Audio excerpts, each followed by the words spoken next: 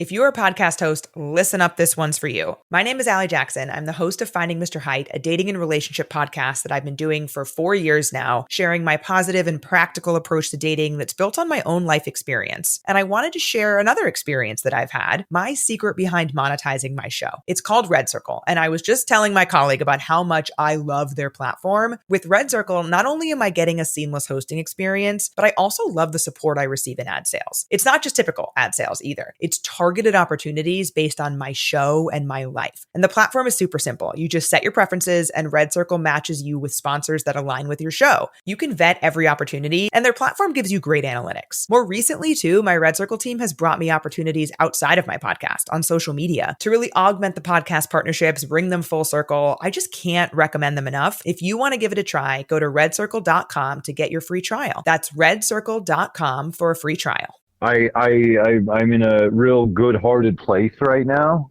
so I really don't want to see that taken advantage of. And I know that people could make up stories for all kinds of reasons, but I'm trusting that unless I see otherwise, You're in a good-hearted place. So were you in one of those porn shops? Are you Dr. John's? That's right. Nice. That's right. Okay. That's a good place to be.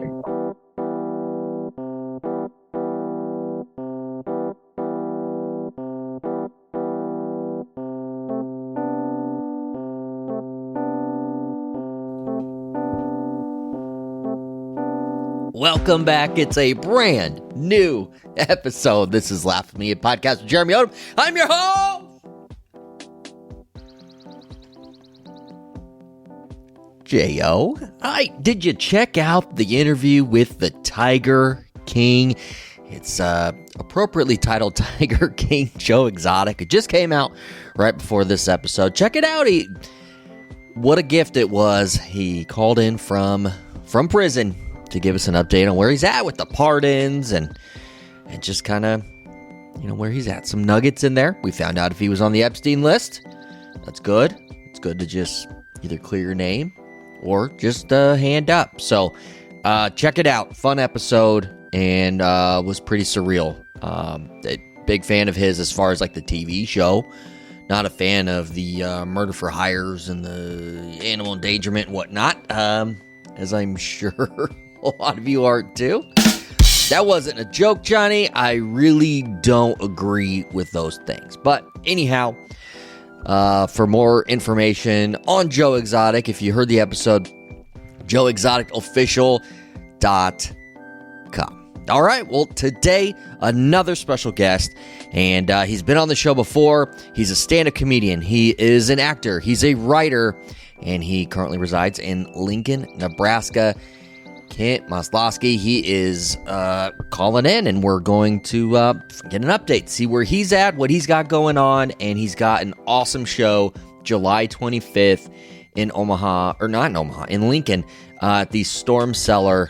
It's for a great cause. So awesome lineup, and it's for a great cause. We're going to hear all about that, and frankly, a whole lot more. We went all over the place as far as what we talk about, but it's always fun to catch up with Ken, and that's the thing. He's a guy that's like, those people that are just they can talk to you about anything. Right? And I like to think I'm kind of in that world too, where it's like I could run into anybody and they'll bring up something and I don't know everything about it, but I know just enough and we can just talk and talk and talk. And then you'll know something very rare or random about that topic. He's one of those guys. Like, I feel like I'm one of those guys too. And so it's fun to catch up with him and just chat. And fun episode. And we've got more coming later this week as well, as this is season 4 of Laugh With Me. Kent Masloskie calling in.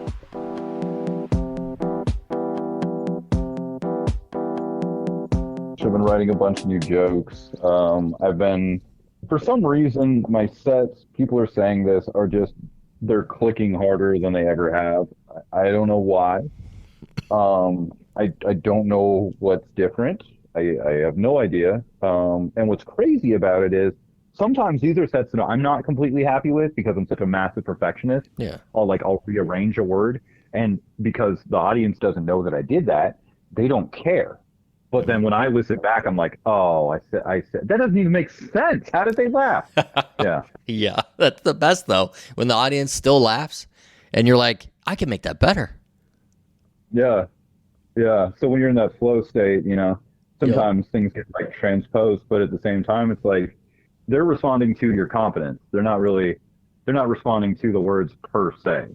True. It's the competence allows you to do their thinking for them. Oh, 100%. Yeah. So you were producing the show because I did it last year where you try to do a set while you're eating increasingly hot chicken wings. That was a lot of fun. I haven't seen that you've had one recently. What's the status on that show? It's kind of on hiatus right now. We're finding new comics, and I ran through all the comics in Lincoln. Like I got every single one, and I think we had some people come from Omaha as well. So like I don't want to do it with the same people over and over. I think the real novelty comes from the novelty. So people trying it for the first time, because then if it's someone who's already done it, then they kind of know what they're in for, and that kind of kills some of the fun. I want people to in real time have to strategize. How am I going to finish this set? Yeah. Because it certainly was that, because I don't know if the first wing was fine, but then once I got into the second one, it was like, all right, I can see how it's going to be a challenge, as I am also trying to keep my composure and be able to talk. Yeah. It was fun though. I enjoy the show Hot Ones, so it's like anything in that world is just great. Like there's endless opportunities for it. So I very much enjoyed doing it, and I very much enjoyed watching the show as well. Yeah, it's fun. I think the audience enjoys it because even if you've heard these jokes before, you've never heard them performed this way. Yeah, you never heard it like this. Bizarre pauses and burps and coughs and oh, wow, that's only hot. There's more, it's. But that's the thing is, like, I've been saying for a while that, like, I don't know if stand-up comedy is dead per se, and I don't mean dead like not living. I mean dead like a sea. Like, I feel like I don't know where it's going, right. And I think the only place for it to go is back to its roots, which the roots of vaudeville, or of stand-up comedy rather, are vaudeville, and really criminality, because it was gangsters that named stand-up. Really? Oh, you don't know this? Okay. No, I don't know. You give me a history lesson. No, I 100% did not know that. Okay, this is the core of the quote unquote Jets and Sharks issue with improv and stand up. Okay, so improv comes from Toronto, which is a really nice place in a really nice country, and people like to work together, right? That's improv. Yeah. Stand up, all right. The origins of stand up are, if you could entertain a room full of dudes in a back room, like some of whom had pistols on the table, smoke in the room, you get them all to laugh, and you could survive that show, they'd say you're a stand-up guy. Oh, okay. Okay. That stand-up guy. Now, I've heard that phrase before, not thinking it had anything to do with comedy. Right. It has other connotations, but at that time, that was how they described. So, like Don Rickles, stand-up guy.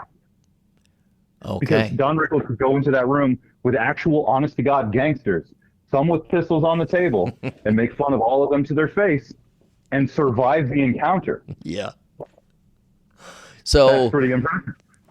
George Burns was probably in that world, I would imagine. Yeah. Penny Youngman. Do you think that is like that's a world you could live in? I mean, do you think you could survive that room? I think I could perform in that room. I've had enough bizarre experiences that I think first and foremost, if you lead with respect, right, it doesn't really matter what room you're in, who you're around. I've been with people from all different states and states of being, and as long as you treat people with respect, by and large, unless they're crazy, you're pretty much okay. Right. Now, because the crazy ones are still there. That is a thing. But like I performed at like what was it Dr. Jack's Drinkery? Yeah. That's a biker bar in Omaha. That was when I was still drinking. Actually, I remember because I pulled off to get some SoCo shooters before I went in there, and there was a comic who he was on stage. He doesn't really perform anymore, but he did his entire set unbeknownst to him with his fly down. Hilarious. My biggest fear, not just in on stage, but just in life. My biggest fear. Yeah. That's an understandable fear, but he did it, and it was just like, man, like you're with the lights. I mean, it's impossible for us to miss, and you don't have any clue, and this is going to be amazing. And when he did find out, he just like ran out of the bar. Yeah. Was he commando that night? No. Okay, lucky him. Yeah. No. Oh, that's Lucky awesome. me. Yeah, lucky you. Yeah, that's a good point. So as a sober comic, how is it being around folks? Because you just mentioned, at that show, you had to get the shooters ahead of time, and and I've done the same thing. I've had a few drinks before. How do you feel about the difference in that when you're there and you're preparing and getting ready to go on stage, and maybe your coworkers or castmates are not necessarily as sober? Well, yeah, they probably won't be. Some of them I'll make fun of, Yeah. There's one every time I do my enough joke, I go and I look in the crowd and I see if he's there and I'll point at him. And that's just because, I see where he's going and I've been there and I fully understand. And right now he's having fun and I was having fun for a long time, but at a certain point, it just overshadows the fun and It's fine. That's when you quit. And it's just knowing when it happened. That was the thing that I feel so blessed about, is that I knew as soon as it was like a mathematical equation, it was like, this is encroaching on photography. I'm cutting it out. Right. I had a gig that I woke up on my friend's floor and I had to go and do, and I was like, this is the last time this is going to happen. Yeah. And then with stand up, it took 4 months after I stopped drinking to be able to stand on stage without like my leg shaking just a little bit. Like because I really hadn't done it, to be completely honest. Like without that, I hadn't really, there have been a couple shows that I'd done, completely stone sober. One was in a church to like 300 people. That was kind of a change. But I'm thinking of your material and I'm like, so you did a church, was it a clean show? 5 minutes. Yes. I did. I got through 5 minutes. They had a DJ, It was cool. Reverend Jarrell ran that show, and Carlos Tibbs, R.I.P., was on that, and Carlos was amazing. If you know anyone who knew him, get you some Carlos stories, because he was a tremendous comic. Dude, speaking of R.I.P., did you know OJ Simpson died? Yeah, a little while ago, right? Oh yeah, I don't know. I'm still struggling with it. Okay. But yeah, carry on. Is it what is it about OJ Simpson dying that gets to you? Well, I just feel like he didn't get a fair shake. Like he died so young, Well, he's a Hall of Famer. He's a Heisman Trophy winner. I mean, he's beloved in movies and television. Like the guy just, I don't know. I just can't name a single bad thing he ever did either. So no, not really. Yeah, I mean, he had a little bit of legal trouble in the '90s, but that all got sorted out. Oh, that was some kind of misunderstanding or something, I'm sure. Yeah. And the good thing about it is he didn't then publish a book that was called "If I Did It," which included the phrase "I remember" multiple times. That if I remember correctly, that the proceeds from that book went to some victims of that little legal case that was just a misunderstanding. So in the end, it worked out. Truly a towering giant of a man. Yeah, he is. He will be missed. He will be missed. And that concludes the OJ Simpson portion of the episode. Or does it? Because Or does it? Yeah, they're remaking The Naked Gun. They are, yes. They've got to make a mention. Have to. Oh, they did in the trailer. You didn't see it? No, I have not. Did they really? So, yes.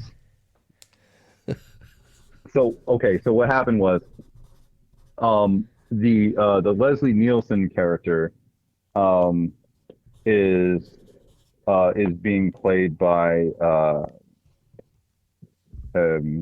what's his name? It's Liam Neeson. Okay, so Liam Neeson, he's like the son of Frank Drebin. Mm-hmm. And there's a scene there's a shot rather, where it's him and he's looking at the picture of his father and he's talking to him, and it just pans down and it's all the cops are doing this, and it gets to OJ's kid and he looks up and he goes, nah. Nah.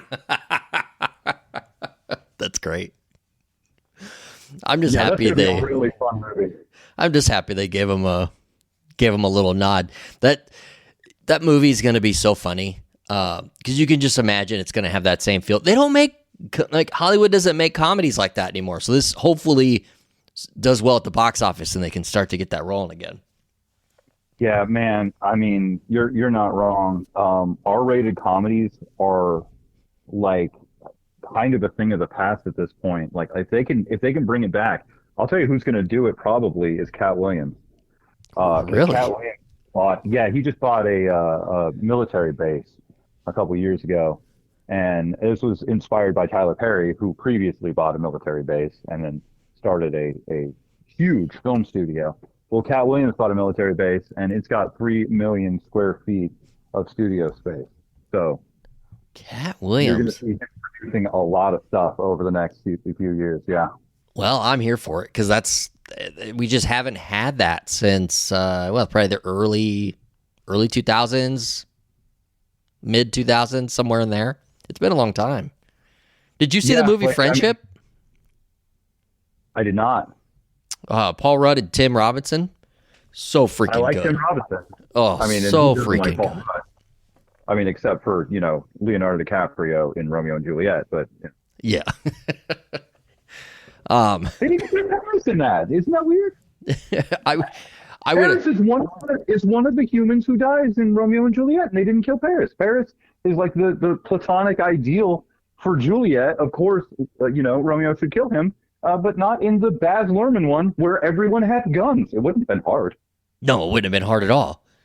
That's a lapse in the script. Wait, that's a plot hole. We need to remake the movie. Paris. That's right. Romeo Must Die, Part 2, Cat Paris. and they got to cast Leo in it and make things right. That's right. And they'll cast his girlfriend, and then after she graduates from high school, and they can release it. I heard that. I don't know who his girlfriend is currently, but I heard she is over 29 because he had this whole thing forever that he doesn't date girls over 29. I heard that she is, so maybe he's matured a little bit. Yeah, well, he's 50, so that makes sense. It's about You're that right, time. Right. No, yeah. Listen, you're 50. It's time to not your own age, but a couple decades down now. Yeah. Just eesh. Yeah, Hey, he and Tobey Maguire are friends for life, and I remember what was it, like 10 plus years ago, they were talking on MTV about how they have like matching Ferraris, and they pull into the same like bar and hang out together, just being movie stars with Ferraris. Movie stars, and they still do this? Oh, I don't know. Oh, okay. Well, I thought you were running in that circle. You used to live in L.A. I did meet Ron Glass. That's true. I met Ron Glass, but it was under not false pretenses, but the person who was introducing me was a super Scientologist. So I was like, I had to figure out if like he was then. I don't know. Imagine where your career would be right now had you joined Scientology at that moment. I would be one of those people who puts the wood inlay in Tom Cruise's Pathfinder. Yes, you would. That was, or the no, sorry, it was the Lincoln Navigator. Leave an Navigator. Yeah. Yeah. That would, and then with my tongue, I probably would end up in that facility that doesn't exist out in Nevada that they have. That doesn't exist. Yeah. Yeah, it doesn't exist. What are you talking about? Oh, It's man. not like I have a friend who went and shot industrials there, Yeah. and he was like, "Yeah, they lock you in. It's weird." Yeah, no, it's not like that ever happened. Oh, that's terrible. Yeah, it's Hollywood. Yeah. Have you been, have you, I know you're writing jokes, but have you written or started working on any screenplays or anything like that?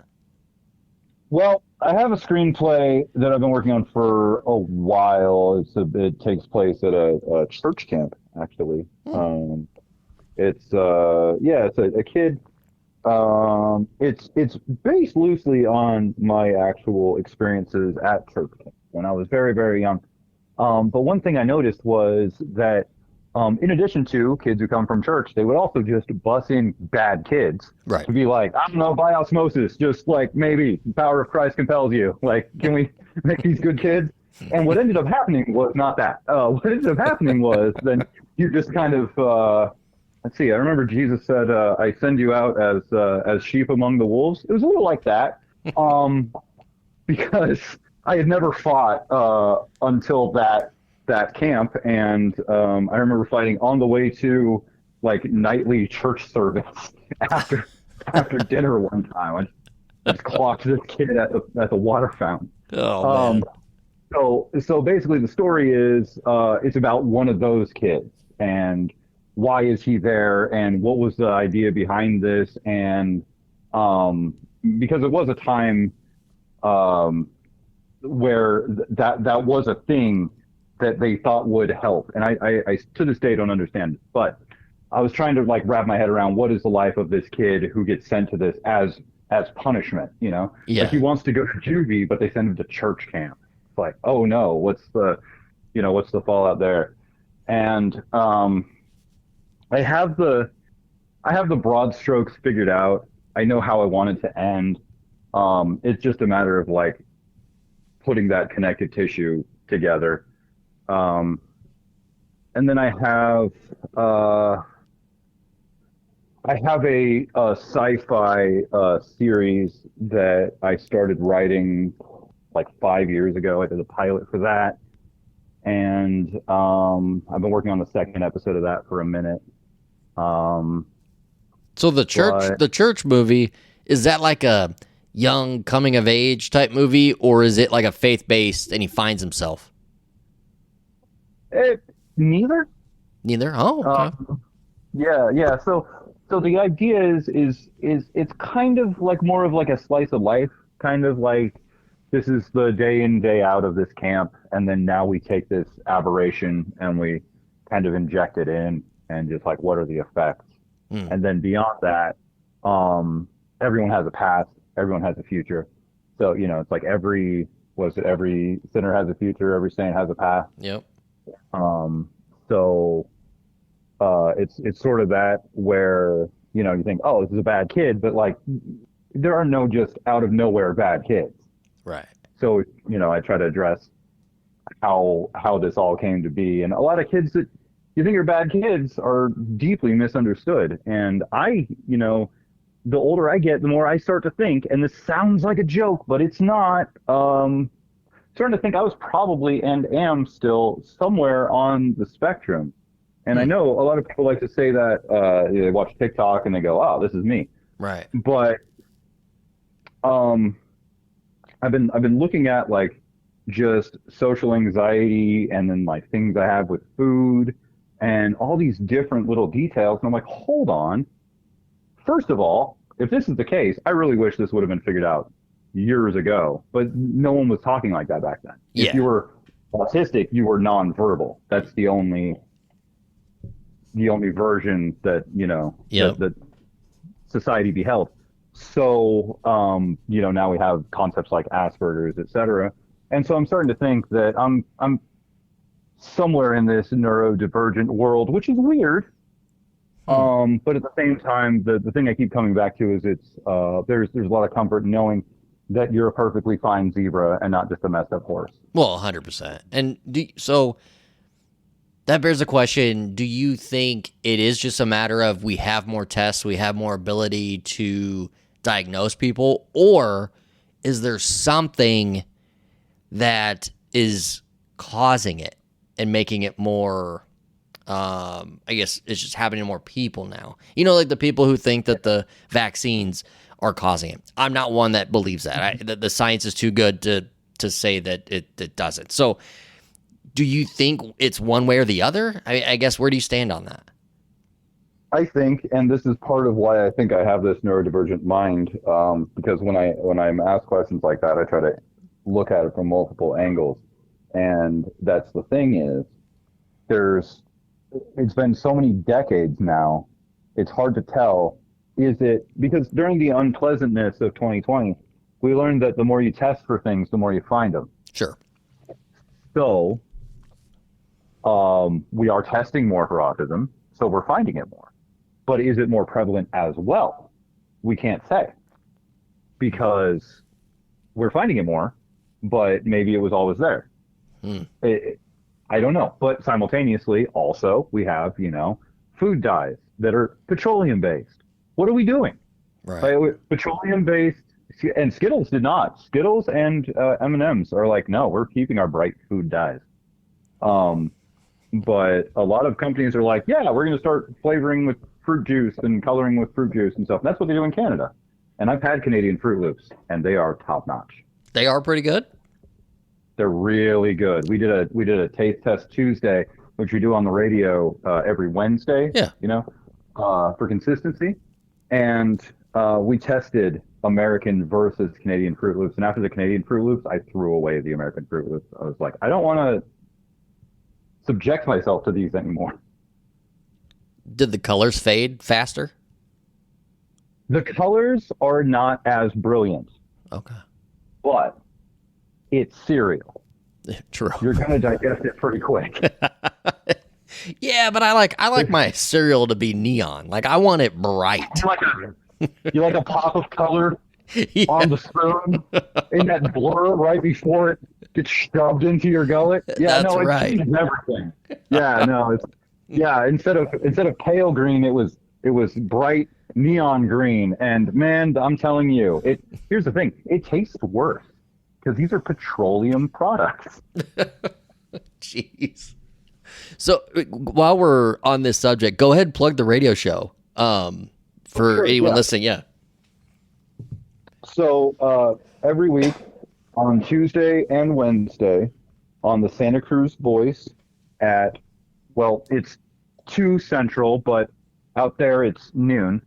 We do a show called One Season in the Sun. It's me and the host of the show, which is Brian G. And we talk about sports. We talk about goofy stuff. We talk about, basically, we are a non-political show. I'm not crossing my fingers. We are a non-political show. The whole purpose is that you can listen to it while you're eating your lunch and just have something to enjoy. So we talk about, we talked about Ozzy last week, Mm-hmm. We talked about how Sharon kicked somebody off that show, but we don't know who. We've been trying to figure it out. Oh, that wanted to monetize it? Yes. Yeah. Well, we think it was their manager is more than likely what it was. It's probably not the band that's like, oh, we want money. It's usually the manager. I think it that way. But, what else have we touched on? Have you Ozzy last week? Mm-hmm. Have you guys talked about the Backstreet Boys residency at the Las Vegas Sphere yet? No, I just saw that this morning. I saw some of the visuals, and wild. I mean, what was crazy was the audience. It was like the '90s again, because they were the same screaming fans they were 20 years ago. It was like no time had passed, and the visuals are so crazy. Yep. Like I think what happened was, these are the visuals that they used to, if you wanted to see them, you'd have to go to like Electric Daisy Carnival, Mm-hmm. or like one of these like outdoor raves. And so the visuals were always there. It's just a matter of constructing a thing that could hold them, and that's the Sphere. which, by the way, I heard yesterday, 25% off for Vegas locals. So, Is it really?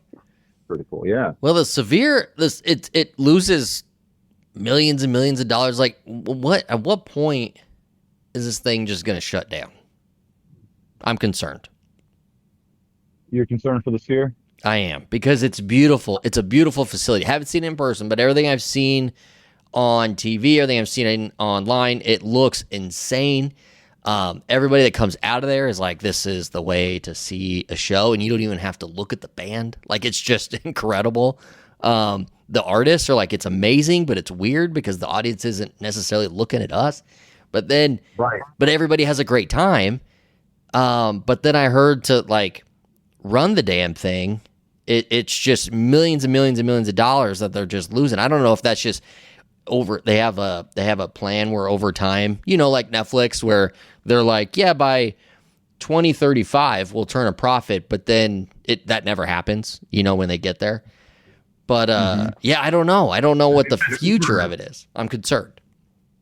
They said Uber hasn't ever turned a profit, but they just happen to be gathering data on every single person who uses their service. So at a certain point, they're going to have something worth something. True. The Sphere is just a performance venue with insane fiber optics, and it's got to be crazy expensive to run. And not to mention, the show that you're seeing is only half of the Sphere.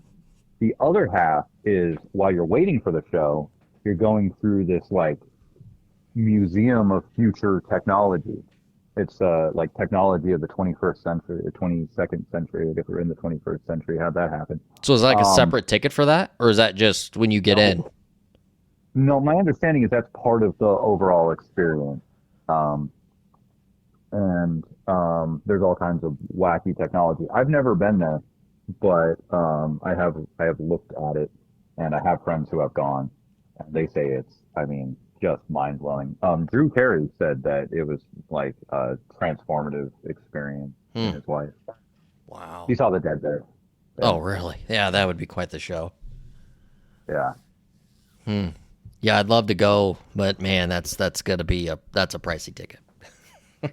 It's gonna be a pricey ticket for sure, and it'd be good to do once at least. Yeah, for sure. But yeah, I don't know.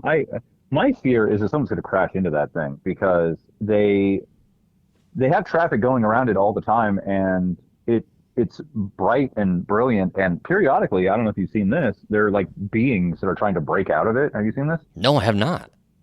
Okay, so they have, like, as animated as part of the Sphere, it's like a giant being, and it's beating on the Sphere, breaking through the glass. And I have to think. Yeah, I have to think, if you're driving around Vegas, maybe if you're driving around Vegas, you're desensitized and nothing can touch you at that point. I don't know. But for me, if I saw that thing, I'd get a little weirded out. Yeah, 100%. Like, what are you doing? Yeah. And like, does it ever get out? And why did you program it to get out? Yeah.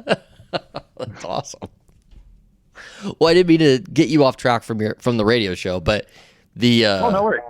But the Las Vegas Sphere, it just, I don't know. I'm concerned for the future of it, but I'm also encouraged by the technology of it. Like what else is going to come from this? Because obviously people are super, super excited about it. But that Ozzy Osbourne, man, I hadn't seen that guy in a long time, and to see him performing it from that chair was sad, but it was also like, man, I hope that was the last run. Like, I hope he actually is retiring. Yeah. Yeah. When he sang "Mama, I'm Coming Home," you felt it. Yeah. You're just like, this is a man who built a genre, who built a world, who built a universe of music and of camaraderie. Like, the metal people would not exist without Ozzy Osbourne. True. The whole idea of metal, this whole Prince of Darkness thing that,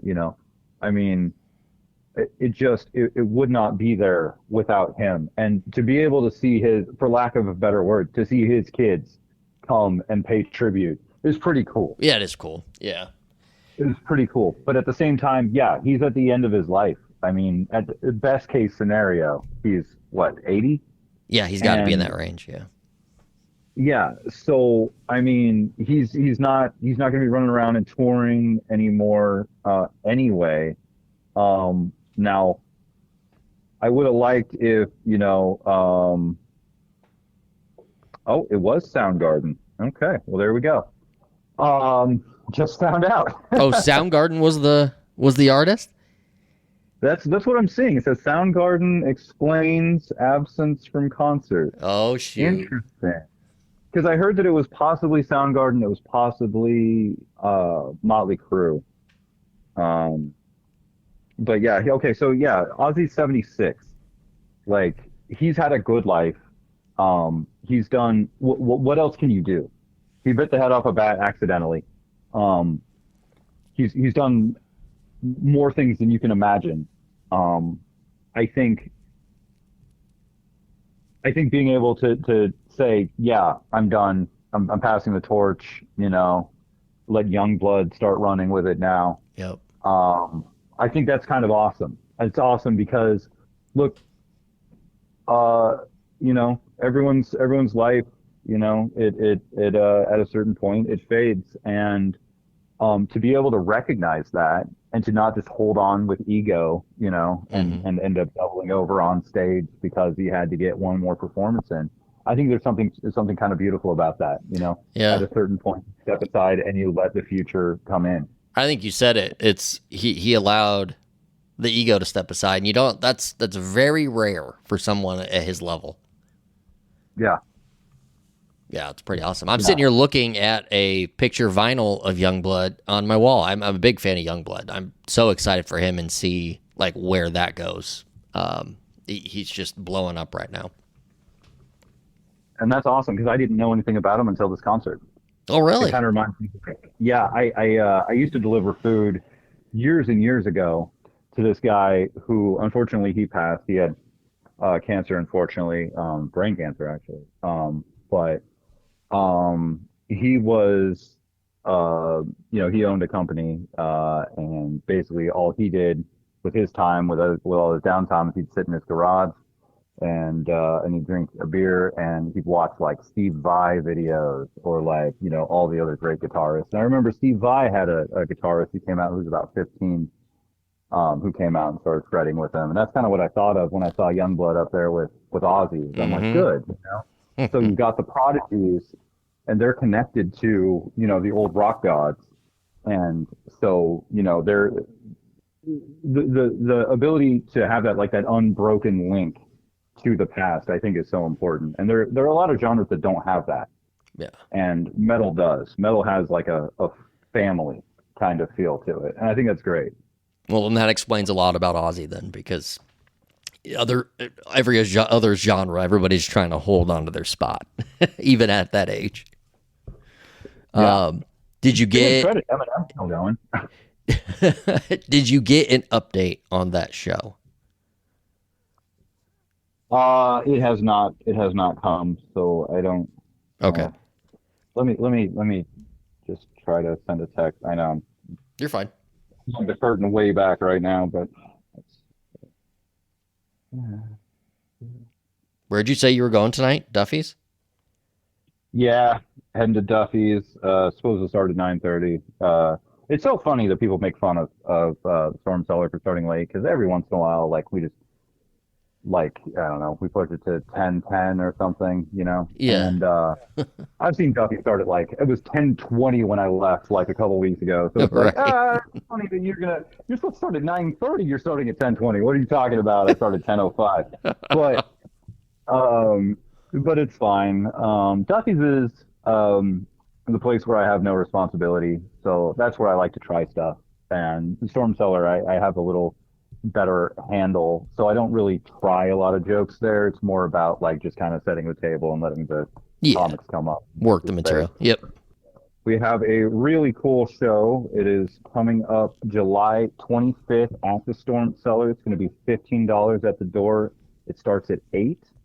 And we are going to have some great local comics. And we also have a comic who has been on Jimmy Kimmel. which is pretty cool. We got a guy named Casey Crawford, who you can look him up on YouTube. He will make you laugh, no doubt. If nobody else makes you laugh, and by the way, that's not going to happen either, but if nobody else makes you laugh, it will be worth it.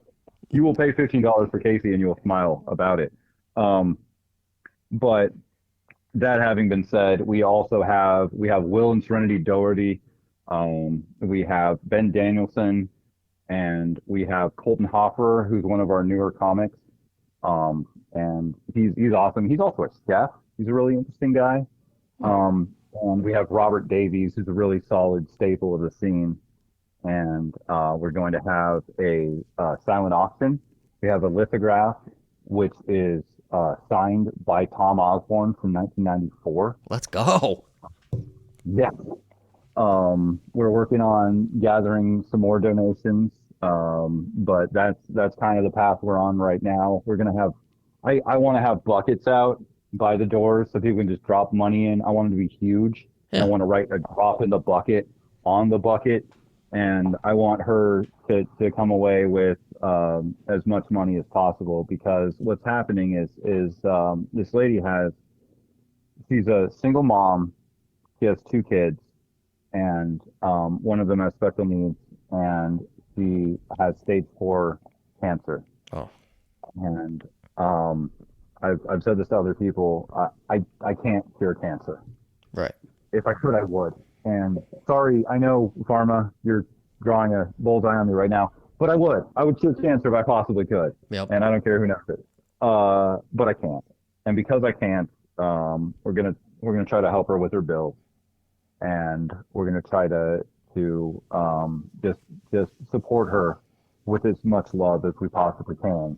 And I have another reason for putting this show on, and that is that she came to a show that I was hosting, and I was so embarrassed because it was her first comedy show ever. She'd never seen stand-up comedy live ever, and 2 of the comics, they showed up 2 hours late. Oh no! And it was a catastrophe. And she came back to an open mic that we had at the Storm Cellar maybe a month later, and that was a really solid night. So she was like, "Oh, okay. So like this is what comedy's supposed to be." And we want to, we want to give her a really good night where she just doesn't have to worry about anything. Just come and relax and laugh. Like what Robert said is laughter is the best medicine, but money definitely helps. Money helps, yeah. And you said her name's Cassie. Her name's Cassie. Yep. Yep, and it's July 25th, 8 p.m. I know for a fact, Casey, you're the headliner, is plenty worth the price of admission and to help the good cause as well. But then you've got a great lineup, and you're hosting, right? Yep, I'll be hosting. I couldn't fit my name on the poster, and you'll see me. It's fine.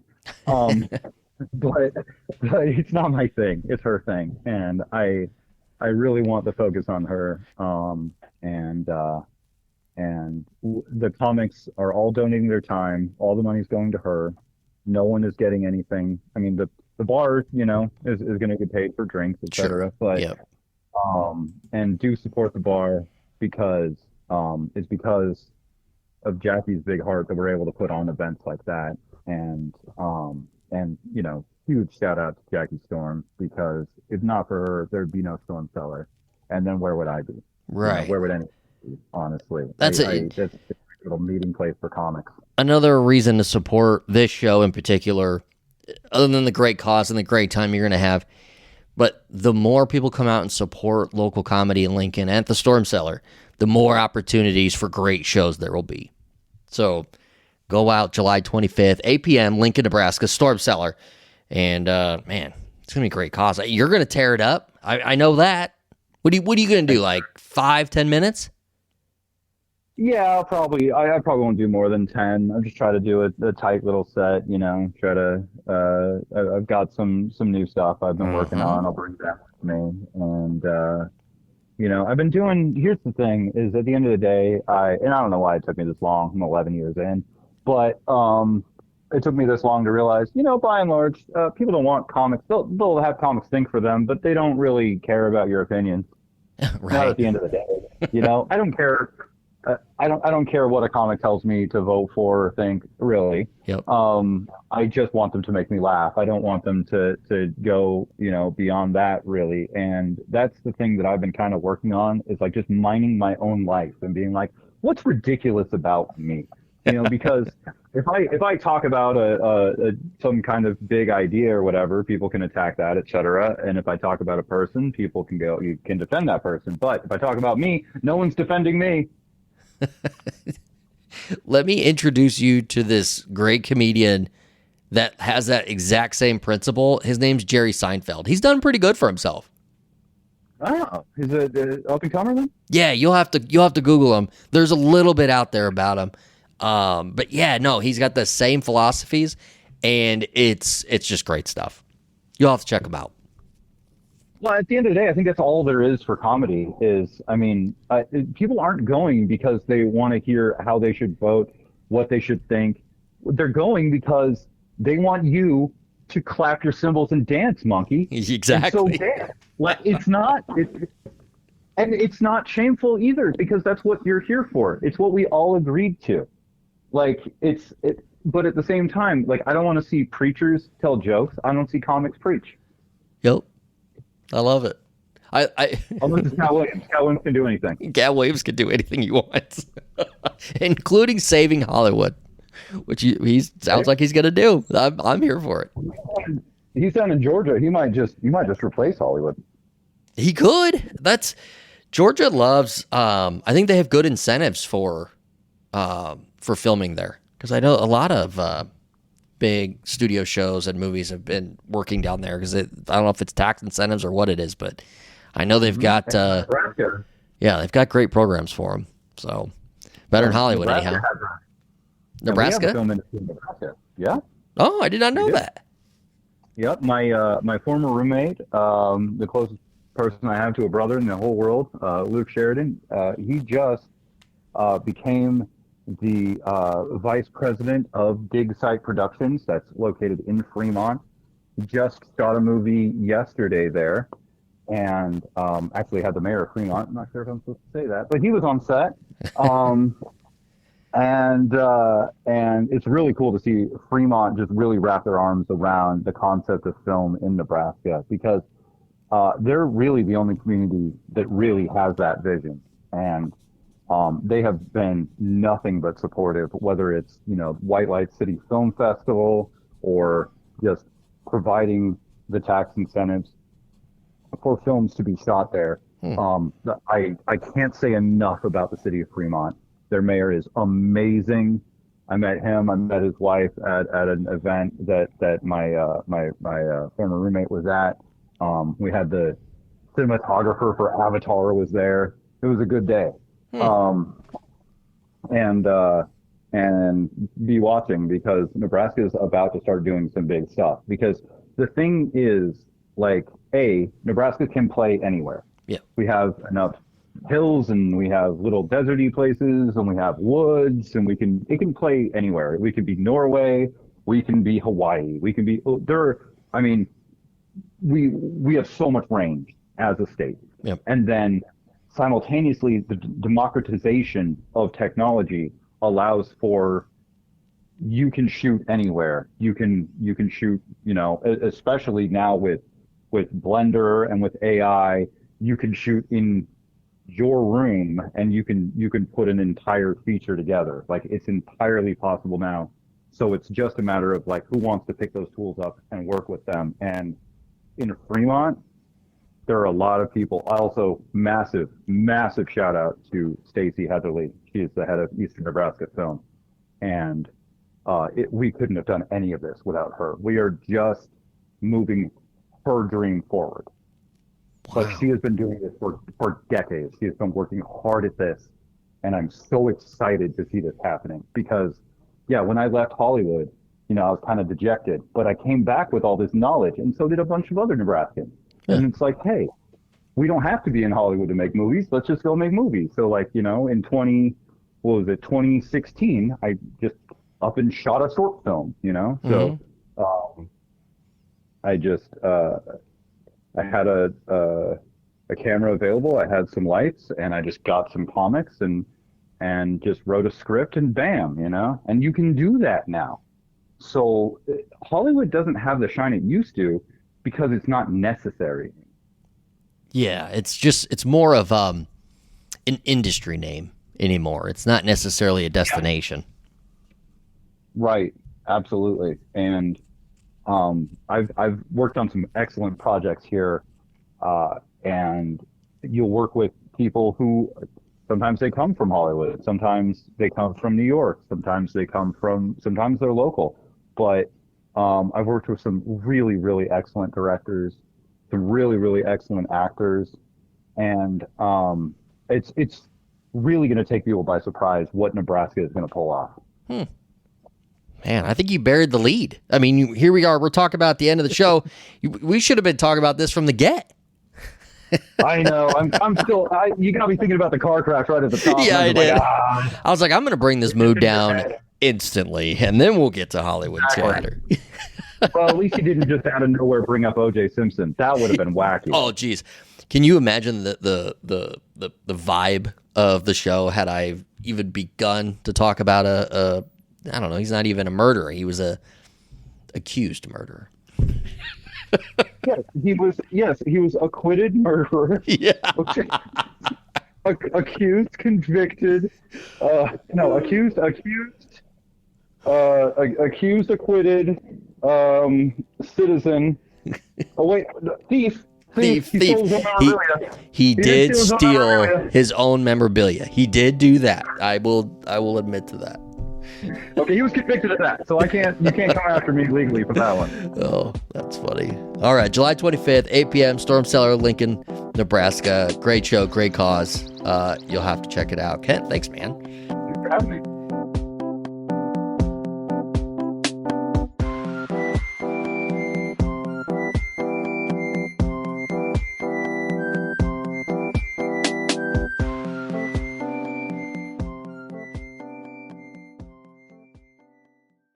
If you're a podcast host, listen up, this one's for you. My name is Allie Jackson. I'm the host of Finding Mr. Height, a dating and relationship podcast that I've been doing for 4 years now, sharing my positive and practical approach to dating that's built on my own life experience. And I wanted to share another experience that I've had, my secret behind monetizing my show. It's called Red Circle, and I was just telling my colleague about how much I love their platform. With Red Circle, not only am I getting a seamless hosting experience, but I also love the support I receive in ad sales. It's not just typical ad sales either. It's targeted opportunities based on my show and my life. And the platform is super simple. You just set your preferences and Red Circle matches you with sponsors that align with your show. You can vet every opportunity and their platform gives you great analytics. More recently too, my Red Circle team has brought me opportunities outside of my podcast on social media to really augment the podcast partnerships, bring them full circle. I just can't recommend them enough. If you want to give it a try, go to redcircle.com to get your free trial. That's redcircle.com for a free trial.